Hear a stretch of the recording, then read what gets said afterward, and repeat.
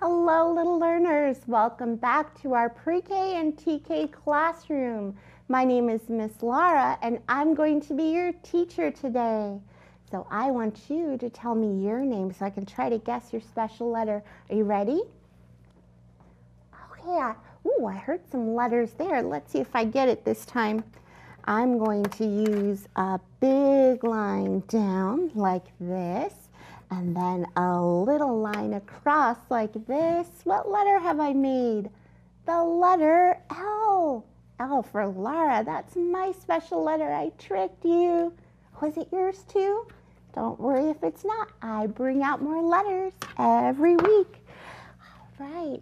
So we have lots of fun things to do today. Let me add a magnet to our board here because today is day 4 of the 5 days that we're going to be talking about apples. So let's see, I have 1, 2, 3 on top and 1 on the bottom, and 3 and 1 together make 4.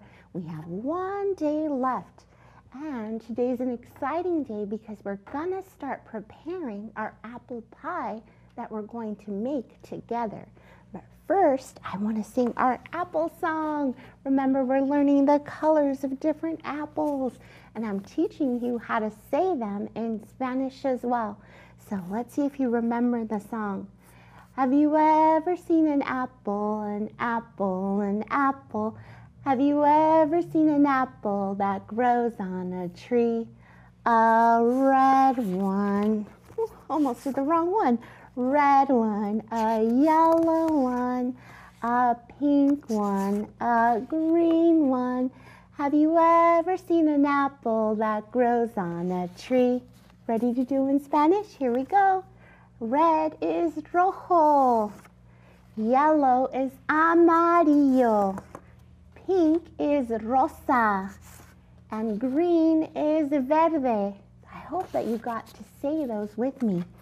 Now it's time, I think, for Miss Maria's letter.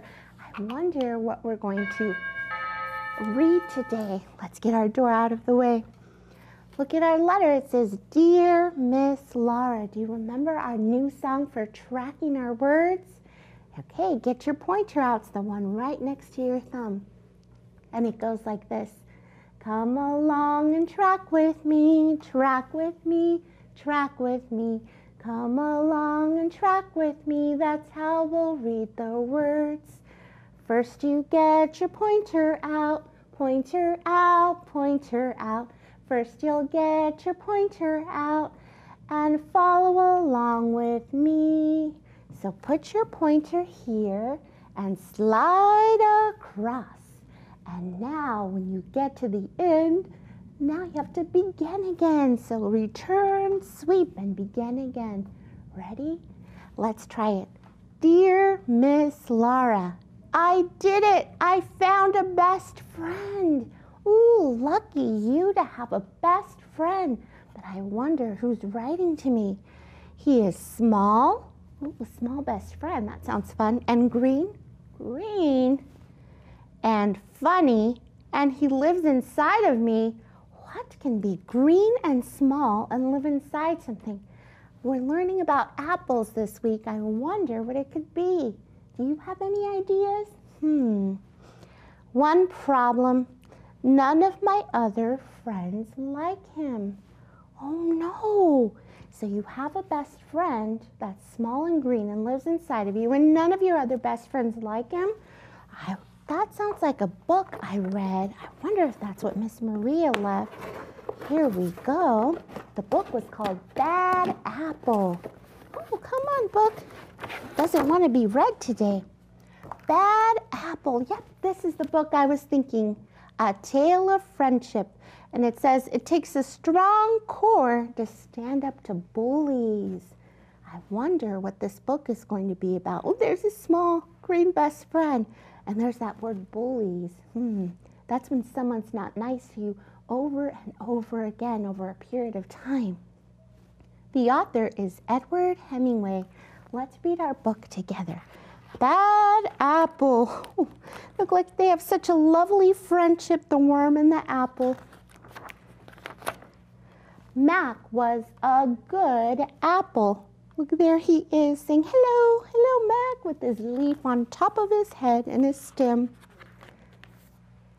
He shared his toys with the other apples, helped Granny Smith pick up after art class. So there's Granny Smith picking up after art class. Look, she has her stem as a nose. And loved to dive fearlessly into the watering hole. When you do something fearlessly, that means you're brave and you do it without thinking about how scared you are.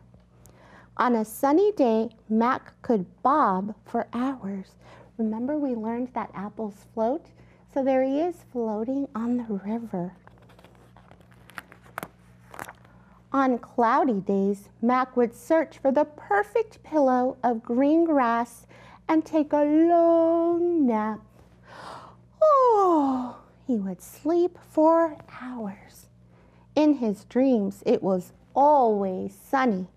But one day, as Mac lay sleeping, it began to rain. So there it is raining on him as he's sleeping on his green mound of grass. Soon all the little creatures in the earth around him poked their heads out to look for higher ground. Some of them found safety under the large toadstools. So look, here's a grasshopper, here's an ant. So when it rains, all the creatures that live underground, they have to find somewhere that's dry or they'll drown. And look, this is a shadow of something that we're going to meet later. When Mac woke up, he was covered in raindrops, and he wasn't alone. You won't believe the dream I just had. A funny little worm was tickling me right here, said Mac. And now I can't seem to get him out of your head, said the worm. It was you. And that's how Mac met Will. So there's Will, the worm. Will showed Mac how to fly a kite. There they are flying a leaf kite. Fly himself and play in the dirt. He loved making a mess. That sounds like me. Look at Mac, his little feet are poking in the air and Will's next to him. You might have to be careful, Mac, or he'll become an apple tree, huh? Mac took his new friend to the watering hole to clean off. He couldn't remember a better day. So let's pause here. How do you think Mac and Will are feeling? Do you think they're happy or angry? Yeah, I think they're happy too. They really enjoy each other's company. Until he took Will to the orchard. You'll remember an orchard is a place with lots of apple trees. Look at Mac, he's got worms, said the other apples. Mac's a rotten apple. I'm not rotten, said Mac. I'm quite sweet, actually, said Will. So they left. Oh no, poor Mac. His friends are not accepting of him. And Will cheered Mac up by reading aloud from some of his favorite novels. He was a bit of a bookworm. Mac liked the adventure stories the best. He also liked it when Will finished his sentences for him. The most exciting part is when the pirates find treasure in the dirt. I know, said Will. But the next day, it happened again. Ha ha, it's the bad apple. Ew, worms. Look, they're even pointing at him. I bet he's feeling really crummy right now. And no one in the orchard would play with them, not even the crab apples. Bad apple, they would say. Crab apples can be so mean. That night, the two friends sat alone on the grass without saying a word. In the morning, Will was nowhere to be found. He left a little note that said, "You are a good apple, Will." Oh, look at his expression. He's very sad. He enjoyed Will's company. Mac went back to playing with his orchard friends, diving fearlessly into the watering hole and painting Granny Smith's class. but nothing was the same. There was a hole in Mac that he couldn't fill. How is Mac feeling? Maybe a little lonely? He wants Will to come back, doesn't he? Not a big hole, just a teeny tiny little, a small hole, just big enough to fit. And nobody finished his sentences. Oh, look, when he's looking in his reflection, he even sees his worm friend. Mac had to find Will. He searched low, he searched high, and in between, around the watering hole, and just when he had given up all hope, what do you think is going to happen next? He looked up into the sky. Look, right here. It's the kite that they made together. I wonder if he's going to use that as a clue to find Will. There he is. He's flying a kite, and remember, they talked about how he was a bookworm? It's Will. Mac knew he'd rather be a bad apple with Will than a sad apple without him. I was hoping I could. Help me turn the pages, said Will. How did you know? Because you will always be a good apple in my book. Good and happy, and there's nothing bad about that. The end. So what did you think of the story of the bad apple? Now, in the story, a lot of other apples were calling him, Mac, a bad apple, when really they were the ones that were not being very kind, making fun of him and Will. I hope that you give this book a read, and if you do, talk to your family about how you feel if someone would, be mean to you like the apples in the book to Mac. What would you do if someone did that to you? So check that book out, and while you're waiting to check that out, we're going to revisit that book through our foundational skill. We're going to be retelling the story. Now, here's the story of Bad Apple. Now, you remember I like to draw pictures to help me remember what was in the story. Now, families, this is an activity that you can do together. So you can actually sit down with your child and co-draw some of these pictures, and they can fill them in for you and just have that conversation with them. So in the beginning of the story, first we met a character named Mac, and he was very happy. Do you remember? He loved playing with all of his orchard friends.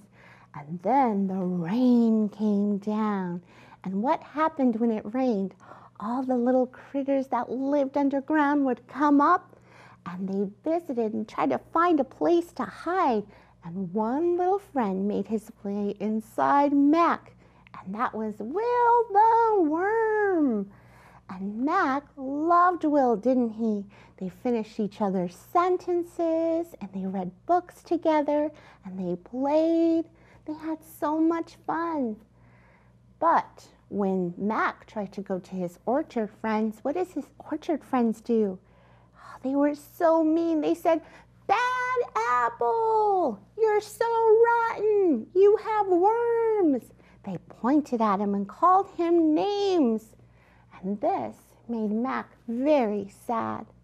And he even grew sadder when Will decided to leave. Remember, he left him a little note that said, "You are a good apple, love Will." Look at his very sad face. And he thought that he could just go back to doing everything he did normally with his orchard friends. But he had a little hole inside him that only Will could fill. So he decided to go hunting for Will. And do you remember what clue he found? That's right, it was a kite. He found a kite and followed that to Will's location. He found Will, and they played together in the end.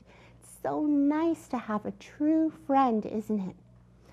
All right, so I hope that you enjoyed that story. Right now, in our project place, we're going to start our recipe for apple pie. I feel so bad. Our main character is Mac, and we're going to be slicing and dicing, don't tell him, his orchard friends. Okay, let's walk over this way.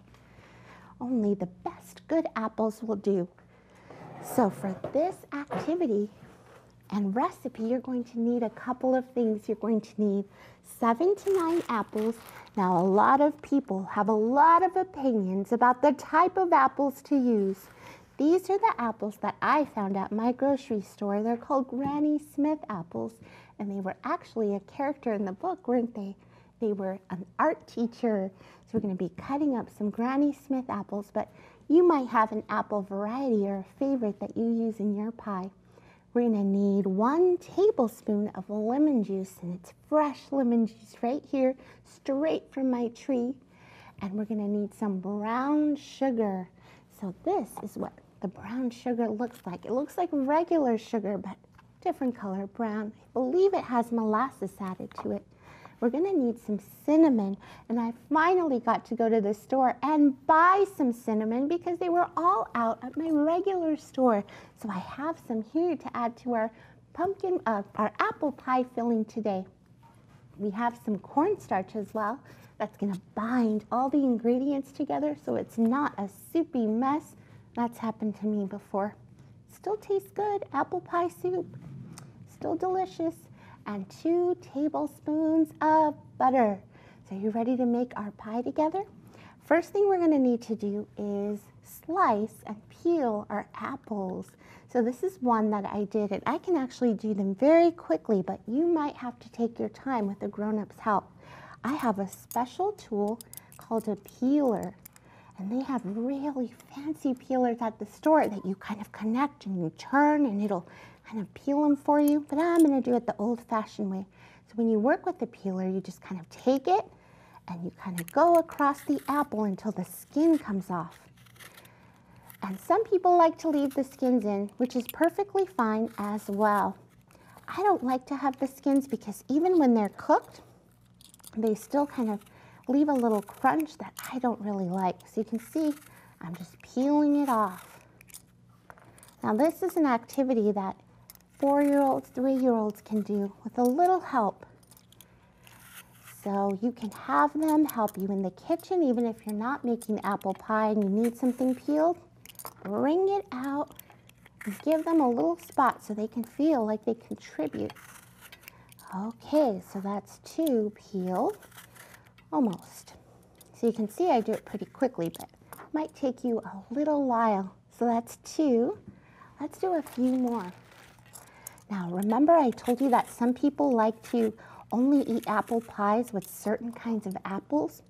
Well, I, as a grown-up, went on the internet, and there's so many people that get so mad if you use a certain kind of apple with your apple pie. They are purists. They love their apple pie a certain kind of way. Not me. I just like it with lots of sugar and butter. Green apples, red apples, yellow apples. Doesn't matter. There's actually a lady that I found online that she won $1 million for baking the best apple pie. Can you believe that? She's rich. Maybe you can be one of those people that develops a pie recipe that makes you rich. I wonder, maybe add extra caramel or sugar or butter. I think that's the secret to all things. Adding extra butter and sugar. Okay, I think this is going to be my last one I peel so I can show you the next steps. And if we have time, we'll come back to it. I was going to try to do a trick on this one where you make a snake with your peeler. I can't seem to do it this time. You go around and around and around and eventually make a long snake. Maybe I'll try it with another apple. I used to be so amazed when grown-ups did that snake where it looked like they just did the peel so perfectly off the apple. Gotta get it all off. There we go. One little bit left. Peeling apples, there we are. And you can actually save your apple peels, and if you have like a compost bin or somewhere where you kind of add them to soil, they can help other things grow, other things like apple trees, who knows? Okay, the next step is we have to slice our apples. So I have 4. I'm just kind of doing it as an example. You can use a fancy slicing thing like this that cores and slices the apples for you. It's called an apple slicer, but I think I'm just going to use a regular knife.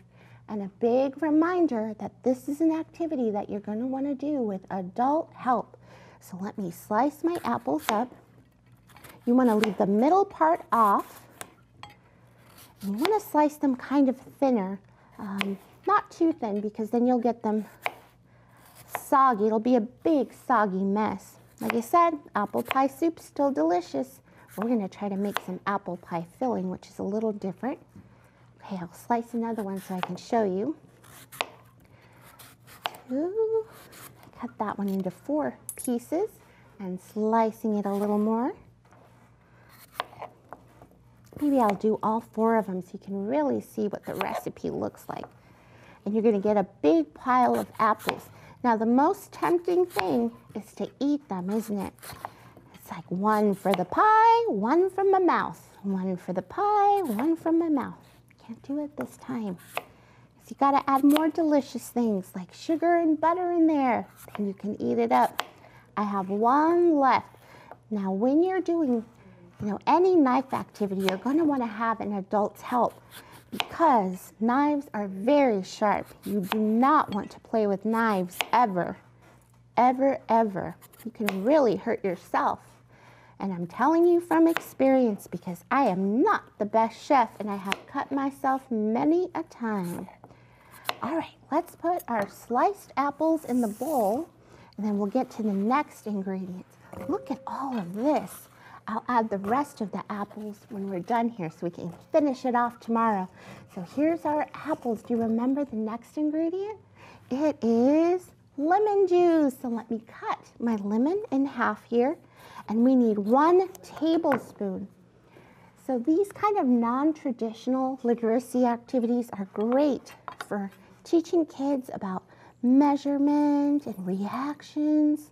And I feel like we all know that as adults, but sometimes we get so in a hurry to finish things that we forget to include our children, even the youngest ones, in cooking activities. So don't add the seeds.